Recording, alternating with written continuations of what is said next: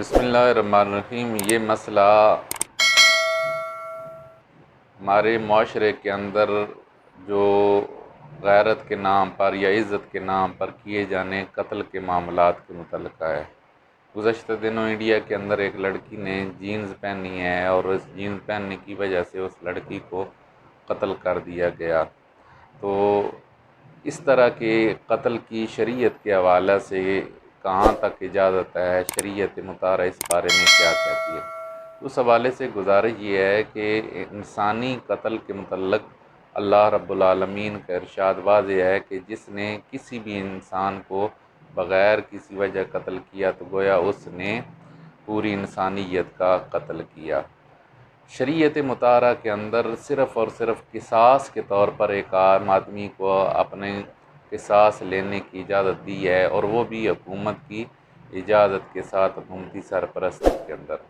باقی حدود کے اندر اگر خدا نخواستہ کوئی آدمی زنا کرتا ہے اور اسے رجم کیا جانا ہے تو یا ارتداد کر دیتا ہے اور اسے قتل کیا جانا ہے تو یہ حکومت کی ذمہ داری ہوتی ہے۔ عام بندے کے لیے یہ جائز نہیں ہے کہ وہ کسی قتل کرے۔ اسی طرح صرف اور صرف کسی کو وہم کی بنیاد پر، ابہام کی بنیاد پر کہ اس کے تعلقات کسی جگہ پر ٹھیک نہیں ہیں اور اس بنیاد پر اس کو قتل کیا جاتا ہے تو شریعت اس کی قطعاً اجازت نہیں، کیونکہ زنا کے ثبوت کے لیے شریعت نے ایک حد مقرر کی ہے، اور وہ حد یہ ہے کہ 4 مرد جو ہیں وہ اپنی آنکھوں کے ساتھ زنا کرتے دیکھیں تو وہ بھی جا کر قاضی کے پاس جا کر گواہی دیں، پھر قاضی ان کی اگر شہادت کے اندر کسی طرح کا کوئی شک و شبہ نہیں پاتا تو اس کے بعد جو ہے وہ تمام حدود و قیود کے بعد جا کر قاضی ان پر جو ہے وہ حد نافذ کر سکتا ہے۔ عام بندے کو حد، چونکہ اللہ کا حق ہے تو عام بندے کو حد نافذ کرنے کی قطعاً اجازت نہیں ہے کہ جس کا مرضی ہو وہ آپ خود سزا دینے جائیں۔ اسی طرح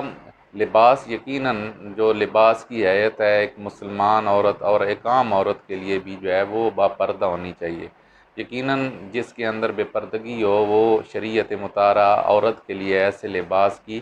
ممانعت کرتی ہے، لیکن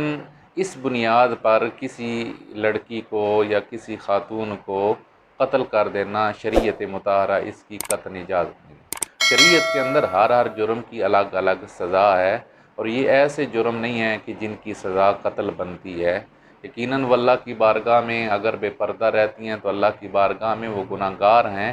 لیکن اس بنیاد پر ان کو قتل نہیں کیا جا سکتا، اور اگر اس بنیاد پہ کوئی قتل کرتا ہے تو شرعی طور پر اس سے قصاص لیا جائے گا اور وہ ناجائز قتل کرنے والا شمار ہوگا۔